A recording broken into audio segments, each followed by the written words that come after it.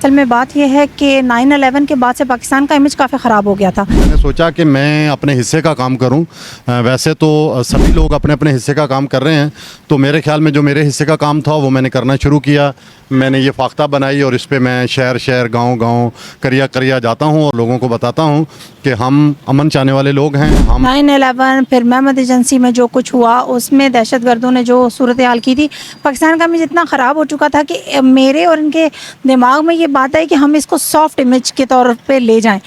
ऐसे है कि फाख्ता को पूरी दुनिया में अमन की अलामत माना जाता है और जहाँ पे भी अमन की बात होती है तो वहाँ पे जो लगाई जाती है पिक्चर वो फाख्ता की ही लगाई जाती है। तो उसके लिए हमने थोड़ा सा कोशिश करने की सोची, तो फिर पहले फाख्ता बनाई और फिर हम सफ़र पे निकल आए। बनाने में इसके ऊपर मेरा 6 माह का टाइम लगा था, क्योंकि मैंने इसको अपने हाथों से बनाया है। मेरी फैमिली मेरे साथ थी, मेरा बेटा मेरे साथ था। बात यह है कि बेटा घर से सपोर्ट मिलेगी तो कोई बंदा चलेगा ना, अगर हम घर वाले सपोर्ट नहीं करेंगे तो कोई बंदा कोई काम नहीं कर सकता। जी बिल्कुल, हमारा इसके अंदर रहने की जगह, बैठकर सफ़र करने की जगह, हमारा सामान रखने की स्टोरेज, वो सारी चीज़ इसमें बनी हुई है। मैं आज 18 दिन हो गए हैं मुझे घर से निकले हुए, शोरकोट शहर ज़िला जंग से, और वहाँ से मैं आया हूँ जंग, और जंग से फिर सरगोदा, और सरगोदा से जेहलम से होता हुआ मैं रावलपिंडी पहुँचा हूँ। फिर यहाँ से मैं हरीपुर, उसके बाद मानसेरा तक मैं गया हूँ। फिर उधर से मैं वापस इधर अभी इस्लामाबाद में मौजूद हूँ, और इंशाल्लाह अभी मेरा इरादा ये है कि मैं मरी की तरफ सफ़र करूँगा। और बिस्मिल्लाहिर्रहमानिर्रहीम, अस्सलाम वालेकुम। डिजिटल अंदाज से इरफान नाज़रीन, कुछ अर्से पहले, कुछ दिन पहले बल्कि आपने सोशल मीडिया पर एक फाख्ता चलती फिरती आपने देखी होगी। तो हम टू द पॉइंट बात करें कि इस फाख्ता को बनाने का मकसद क्या है और इसका जो मेन मैसेज है वो क्या है। तो इस वक्त मेरे पास, हमने बड़ी कोशिश की तब हमें इन फाख्ता के ऑनर मिले, तो सारी सलाम जानेंगे इन्हीं से। तो बिना टाइम के चलते हैं इन्हीं के पास। अस्सलाम वालेकुम। वालेकुम सलाम जी। सर, टू द पॉइंट बात करते हैं, आपको ये सर फाख्ता बनाने का आइडिया कैसा है और ये सफ़र का स्टार्ट कहाँ से लिया आपने?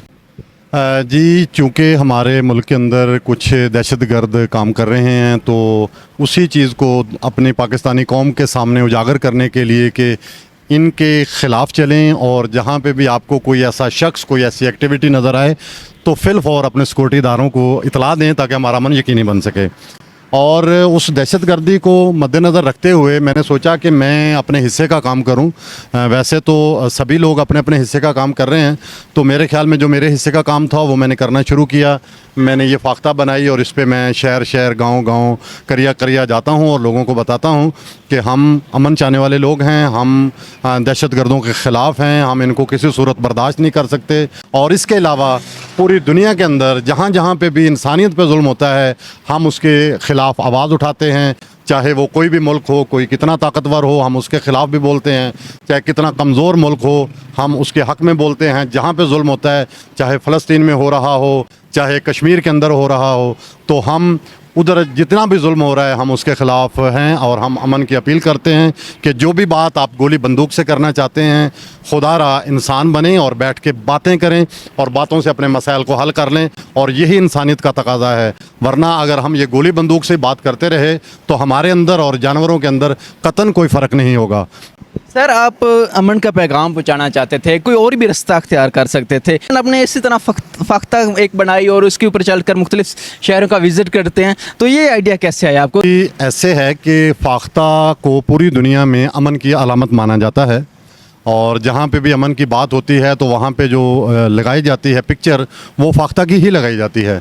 तो फिर हमने सोचा कि इसी फाख्ता को हम गाड़ी बनाएं और इस पे हम ट्रैवल करें, ताकि जिन लोगों से हमारी बात ना भी हो उन तक भी हमारा खामोश मैसेज जो है वो चला जाए और नई नस्ल के दिमाग में अमन की बात नक्श हो जाए। तो इसलिए हमने इसी फाख्ता को चुना और इसी स्टाइल से हमने समझा कि ये बेहतर है और इसी से हम अमन का पैगाम फैलाते हैं।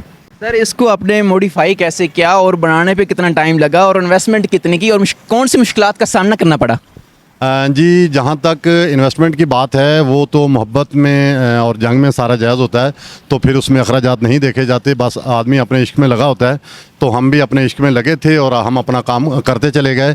बहरहाल बनाने में इसके ऊपर मेरा 6 माह का टाइम लगा था, चूँकि मैंने इसको अपने हाथों से बनाया है। मेरी फैमिली मेरे साथ थी, मेरा बेटा मेरे साथ था, हमने बाहर से कोई बंदा नहीं बुलवाया। हाँ, अलबत्ता इसका जो पेंटिंग का काम था वो मेरे एक इंतहाई अजीज़ दोस्त हैं जिनका ताल्लुक़ गुजर खान सिटी से है, अब्दुर्रहमान तबानी साहब।